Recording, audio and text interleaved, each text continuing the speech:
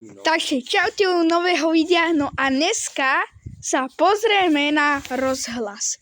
Je to Tesla, je to vyrobené z kovu, takže vy to asi možno nebudete počuť teraz. Tak, to už bude asi lepšie.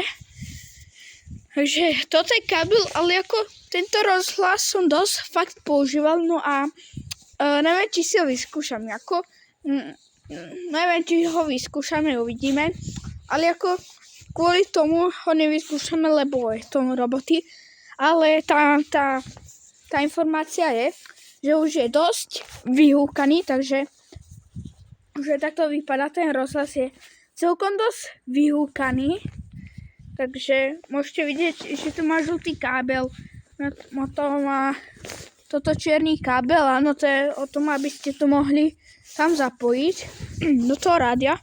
Uvidíme, že, no skúsime si to, no uvidíme, asi si to nebudeme skúšať, lebo je to vyhokané. Ja som robil minulé video pred 2 dňami s týmito lampami, takže 2, plus ten rozhlas, áno, a plus tí 2 ten svetla, takže to som robil. A je to vyrobené z kovu a vypadá to takto.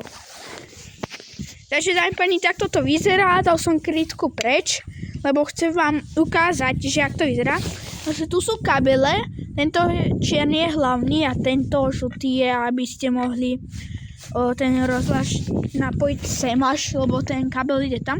Ešte je dokonca biely. Takto to celé vyzerá. Takto to vyzerá. Je to z kovu vyrobené. Takže vám pani, je to 30 IP, takže je to dobre. No, nie je to dobre, ale neprežilo by to ani tornádo. Ani každý rozhlas. Takže takto to vyzerá, keď sa pozriete, takže je to super. Prosím, mne sa to ľúbi. Takže vám pani, takto to vyzerá, keď to takto položíte rovno. Takže to je ako fakt zaujímavý. Ten rozhlas je za mňa o niečo lepšie, lebo není ani vyhúkaný. Takže tento je proste viac opotrebovaný, ale farba sa mi tak asi rovnako. Takže toto je taký Amprion, takže takto. Tu sú ďalšie kabele, no už som zistil, že na čo to je. Je to na držanie, aby ste to mohli proste držať. Je to taká šikovná fičura. No a vnútri má ešte takéto čierne, že mne sa to celkom dosť ľúbi.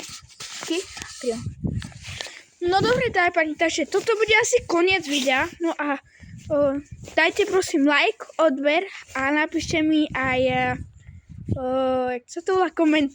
Takže čaute.